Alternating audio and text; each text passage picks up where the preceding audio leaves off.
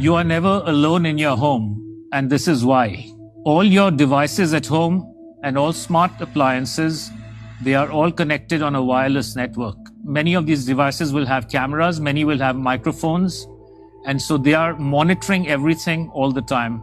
Your smart appliances are communicating with the smart meter and sending it real-time usage data.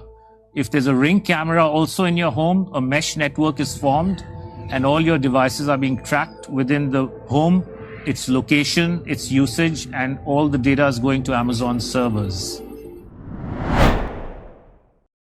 So you're not going to, I hope you're as blown away by this story as I was when I discovered it. You are in a surveillance state by not only your government, but by every electronic device in your house, on your person, your phone, your watch, your dishwasher, your alarm clock, your television, your refrigerator, your coffee maker. If you have an Amazon Echo, and if you have an Amazon Echo or another form of smart device in your home, you need to watch this. Beyond the current dystopian surveillance, very important to understand geo-fencing coming to a freedom city near you. Let's watch this. This is about three minutes long. Watch this. This is a portion of a film called The Agenda, Their Vision, Your Future. Let's watch. One man who knows the dangers only too well is Aman Jabi, who was at the forefront of digital development in Silicon Valley, California, for 25 years. He left when he recognized the dark side of surveillance technology, choosing instead the peace and beauty of Montana.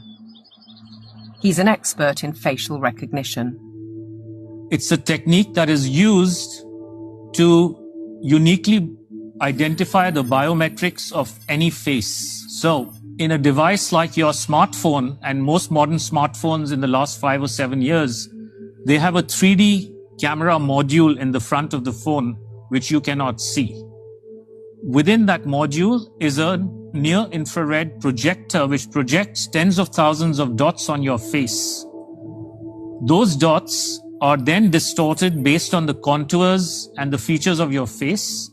And there's a near-infrared camera then takes a picture of that distortion, captures it, and then reverse engineers the exact profile of your face. In the longer term, facial recognition will be used to unlock your digital identity, which is going to be a tool of control for the agendas that are coming down the pipeline. Elements of that control are already with us. Alexa, good morning. Good morning. You are never alone in your home, and this is why. All your devices at home and all smart appliances, they are all connected on a wireless network. Many of these devices will have cameras, many will have microphones, and so they are monitoring everything all the time. Your smart appliances are communicating with the smart meter and sending it real-time usage data. If there's a Ring camera also in your home, a mesh network is formed, and all your devices are being tracked within the home, its location, its usage, and all the data is going to Amazon servers. When you leave your home, all modern vehicles are connected to the internet, so your automobile is being tracked all the time.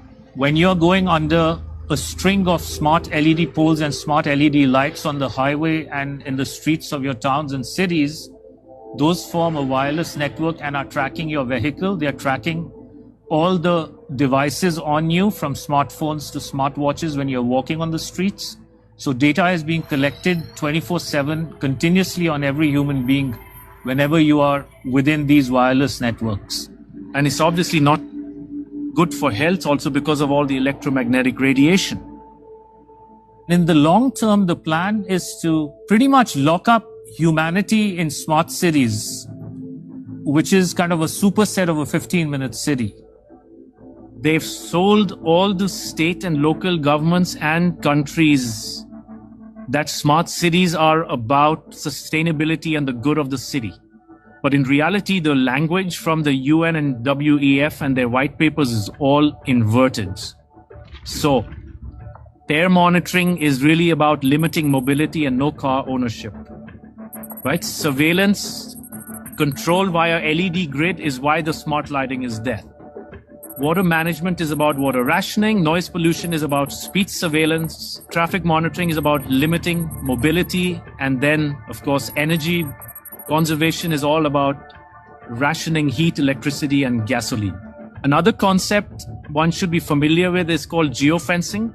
And think of it as an invisible fence around you where you cannot go beyond a certain point. And that will be related to your face recognition, digital identity, and access control. Your smart contracts, SoftBrick can turn off your digital currency beyond a certain point from your house. Our world has been turned into a digital panopticon. That means you can be monitored, analyzed, managed, and monetized.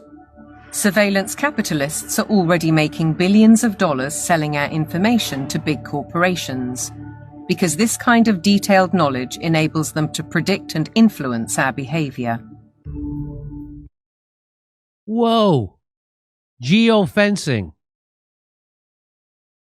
Geo-fencing.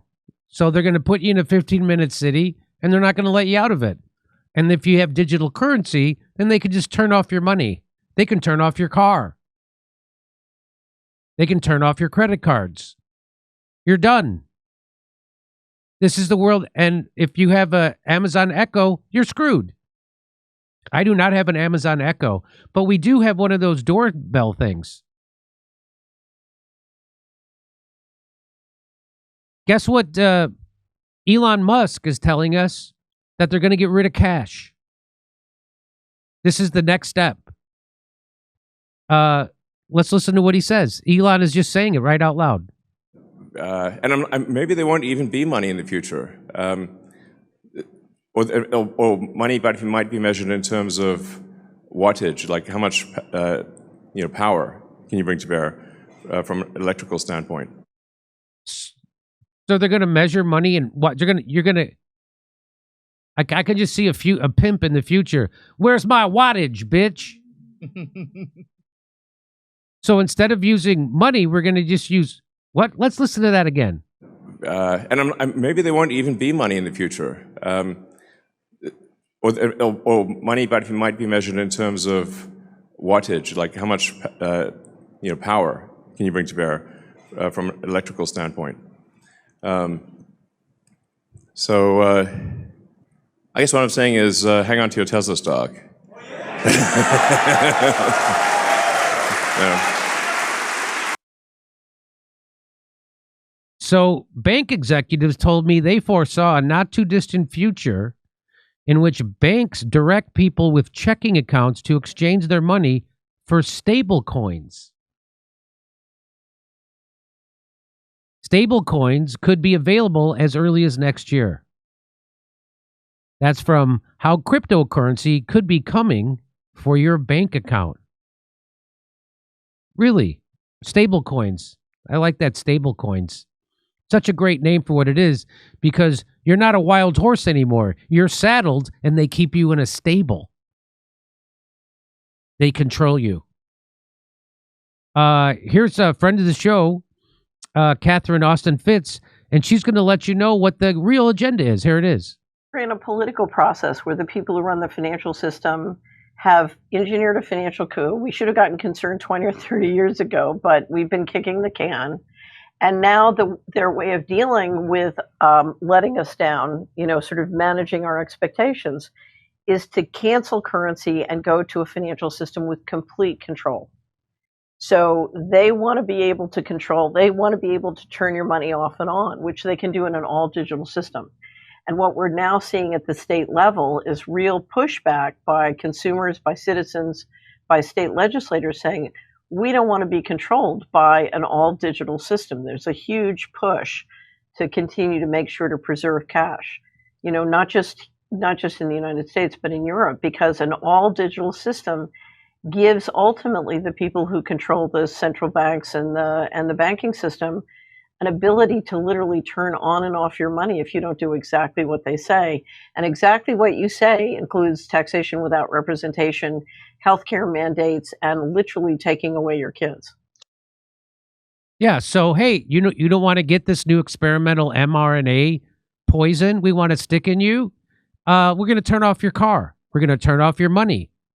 You can't buy gas. You can't pay your mortgage. You can't travel. You don't think they do that? They already did it. They did it when the truckers stood up for their civil rights, and they were right. Canadian authorities freeze financial assets for those involved in ongoing. So not only did they cancel, they froze their bank accounts, their credit cards, all their money, but people who donated to them, they did the same thing to them, not just the truckers. Anybody involved with them. That already happened. That happened in Sweet Nice, Canada. And everybody went along with it. And nobody had to go to jail for doing that, even though it was illegal. He used the Emergency Powers Act to do that. And the Supreme Court in Canada ruled that it was wrong. He doesn't go to jail. Nobody goes to jail. Nobody even has to go to court. Nothing happens. So wow, that's it's here. Better resist it, as Katherine Austin Fitts said. There's a big push to hang on to cash. I'm all for it. That's why Bitcoin's taken off. That's why people are putting money in gold, Bitcoin, trying to save their money. They already did it. They did it 4 years ago. You don't think they're 4 years farther along now, being able to control you completely, stick you in a 15-minute city, make you not leave, and have complete tracking of everything and everywhere you go and what you're doing, what you're spending money on, wattage. Whoa. Okay. You'd like to hear my jokes on this? Come see me in Melbourne, Brisbane, Sydney, Australia. I'll be in Burbank, California the day after Thanksgiving. It's a Friday, November 28th.